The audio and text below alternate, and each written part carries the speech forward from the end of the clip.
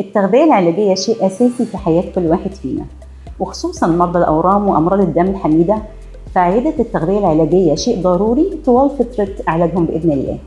معاكم دكتورة هبة موسى، أخصائية التغذية العلاجية وتغذية مرضى الأورام، وإن شاء الله هكلمكم عن دور التغذية العلاجية في متابعة المريض طوال فترة شفائه بإذن الله تعالى. من أول ما المريض بيجي عيادة الأورام ويتشخص بنوع معين من الورم، مهم جدا في الفترة دي إن هو يزور طبيب التغذية عشان يقدر يحدد معاه الخطة اللي هيمشي عليها طول فترة علاجه. أوقات كتيرة من قبل ما المريض يجي عيادة الأورام بنلاقي إن هو كان عنده أعراض اللي هي كانت من أعراض المرض، زي مثلا فقدان للوزن، كان ممكن يبقى بدأ يبان عنده فقدان للشهية، قيء متكرر أو مستمر، وده اللي خلاه يدور ويحاول يعرف هو عنده ايه. فبالتالي بنلاقيه ان هو اصلا جاي العياده وباين عليه شويه مظاهر من سوء التغذيه، وهنا بيجي دور دكتور التغذيه. فاحنا هنا في رويال بنشتغل كلنا كتيم واحد.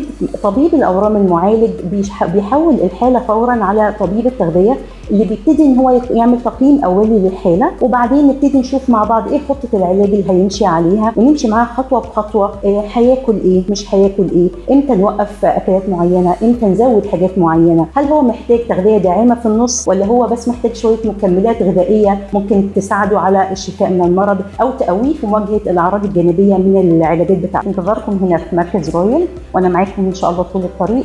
دمتم بالصحه وعافيه.